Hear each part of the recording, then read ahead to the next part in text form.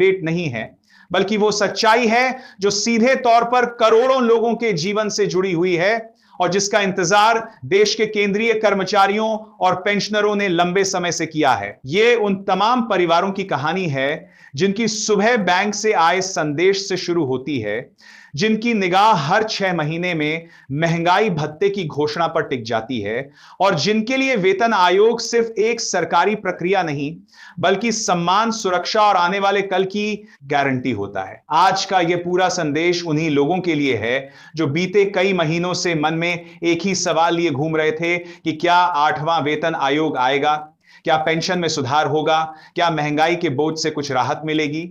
खासकर उन लोगों के लिए जो जीवन के उस पड़ाव पर खड़े हैं जहां लिया गया हर फैसला सीधे जीवन की गुणवत्ता को प्रभावित करता है। देश भर के लाखों केंद्रीय कर्मचारी और करीब 65 लाख से अधिक पेंशन धारक जिस निर्णय का बेसब्री से इंतजार कर रहे थे, वह इंतजार अब धीरे धीरे खत्म होता दिखाई देने लगा है। हाल के समय में लगातार तरह तरह की अटकलें सामने आ रही थी। कोई कह रहा था कि अब वेतन आयोग की जरूरत नहीं रही, कोई यह मान रहा था कि किसी ऑटोमेटिक सिस्टम से काम चलाया जाएगा, तो कुछ लोग यह सोचने लगे थे कि शायद वेतन आयोग का दौर ही समाप्त हो चुका है। लेकिन इन तमाम चर्चाओं, अफवाहों और शंकाओं के बीच सरकार की ओर से जो संकेत सामने आए हैं, उन्होंने स्थिति को काफी हद तक स्पष्ट कर दिया है। इसी क्रम में प्रधानमंत्री नरेंद्र मोदी की ओर से आया संदेश बेहद महत्वपूर्ण माना जा रहा है, क्योंकि यह सिर्फ एक बयान नहीं बल्कि एक साफ दिशा संकेत था जिसमें यह स्पष्ट किया गया कि 8वें वेतन आयोग के टर्म ऑफ रेफरेंस को मंजूरी मिल चुकी है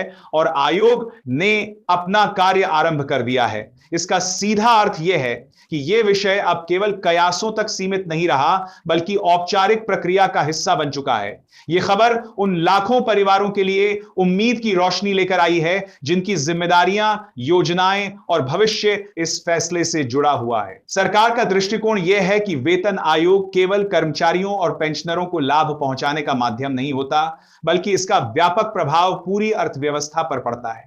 जब बड़ी संख्या में लोगों की आय में बढ़ोतरी होती है तो बाजार में मांग बढ़ती है, खरीदारी तेज होती है और छोटे दुकानदारों से लेकर बड़े उद्योगों तक सभी को इसका लाभ मिलता है। इसी कारण सरकार इस निर्णय को आर्थिक मजबूती के नजरिए से देख रही है। जहां कर्मचारी को राहत मिलती है और अर्थव्यवस्था को गति। अगर प्रक्रिया की बात करें तो आयोग को लगभग 18 महीने का समय दिया गया है ताकि वह हर पहलू का गंभीरता से अध्ययन कर सके, क्योंकि यह कार्य बेहद व्यापक है जिसमें लाखों कर्मचारियों का वेतन ढांचा, पेंशन व्यवस्था, महंगाई के आंकड़े, बीते वर्षों की आर्थिक स्थिति और भविष्य की जरूरतों पर विस्तार से विचार किया जाता है। साथ ही फिटमेंट फैक्टर, ग्रेड पे से जुड़े पुराने विवाद, वेतन असमानता, एनपीएस और ओल्ड पेंशन स्कीम जैसे संवेदनशील विषय भी इसमें शामिल होते हैं। कर्मचारी संगठनों का मानना है कि यही वह चरण होता है जब संतुलित और दूरगामी निर्णय लिए जाने चाहिए, क्योंकि इनका प्रभाव आने वाले 10 वर्षों तक रहता है। सबसे अहम सवाल यह है कि इसका लाभ आखिर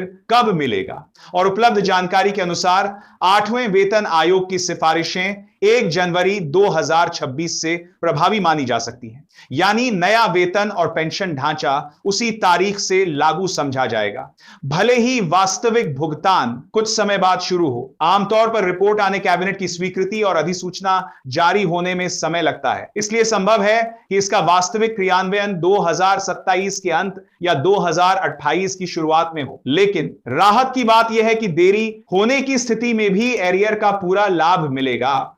यदि इसे 2027 के अंत में लागू किया जाता है तो पूरे 1 वर्ष का एरियर मिलेगा, और अगर 2028 की शुरुआत में लागू होता है तो 2 वर्षों तक का एरियर मिलने की संभावना बनेगी, जो 1 जनवरी 2026 से ही गणना में आएगा। यानी इंतजार लंबा हो सकता है लेकिन आर्थिक नुकसान नहीं होगा, और यही बात कर्मचारियों और पेंशनरों को कुछ सुकून देती है। वेतन आयोग की चर्चा होते ही सबसे ज्यादा ध्यान फिटमेंट फैक्टर पर जाता है, क्योंकि यही आधार होता है जिससे बेसिक सैलरी और पेंशन तय होती है।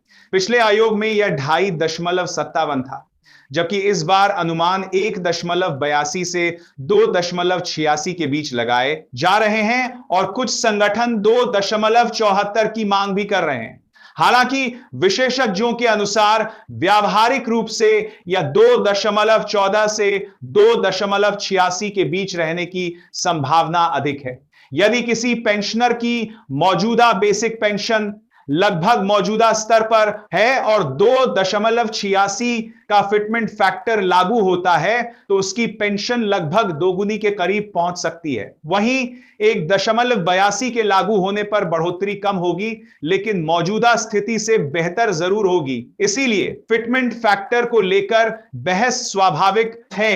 अब पेंशनों की वास्तविक स्थिति को समझना जरूरी है, जहां 60 या 65 वर्ष की आयु पार कर चुके व्यक्ति के खर्च कम नहीं बल्कि लगातार बढ़ते जा रहे हैं। दवाइयां, इलाज, मेडिकल जांच, घर की देखभाल और रोजमर्रा की जरूरतें महंगाई के साथ भारी होती जा रही हैं।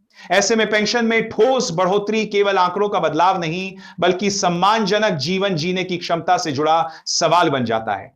इसी कारण 8वें वेतन आयोग से पेंशनरों की उम्मीदें गहराई से जुड़ी हुई हैं। इस पूरे विषय में कर्मचारी संगठनों की भूमिका भी बेहद अहम रही है, जिन्होंने सरकार के सामने अपनी मांगे स्पष्ट रूप से रखी हैं, जिनमें कम्यूटेशन रिकवरी पीरियड को 15 साल से घटाकर 12 साल करने की मांग प्रमुख है, क्योंकि कई राज्यों में यह है पहले से लागू है और केंद्र से भी यही अपेक्षा की जा रही है, जिससे लाखों पेंशनरों को जल्दी पूरी पेंशन मिल सके। पेंशन को टैक्स फ्री करने की मांग भी उतनी ही संवेदनशील है, क्योंकि इसे आय नहीं बल्कि सेवा के बदले सम्मान माना जाना चाहिए और 30-35 साल की सेवा के बाद मिलने वाली राशि पर टैक्स को कई लोग अनुचित मानते हैं। इसके साथ ही पेंशन को अंतिम वेतन के 50% से बढ़ाकर 70% करने और महंगाई भत्ते की समीक्षा साल में 4 बार करने जैसे सुझाव भी दिए गए हैं, ताकि समय पर राहत मिल सके। वहीं मेडिकल अलाउंस बढ़ाने की मांग भी पूरी तरह व्यवहारिक है, क्योंकि मौजूदा राशि बढ़ते दवा खर्च के सामने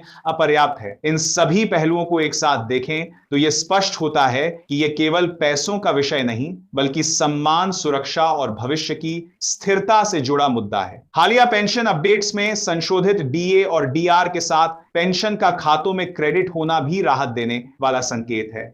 अंततः यही कहा जा सकता है कि 8वां वेतन आयोग केवल एक सरकारी दस्तावेज नहीं बल्कि करोड़ों परिवारों की रोजमर्रा की जिंदगी को प्रभावित करने वाला फैसला होगा, जो आय, सुरक्षा, आत्मविश्वास और भविष्य की योजनाओं को नई दिशा देगा।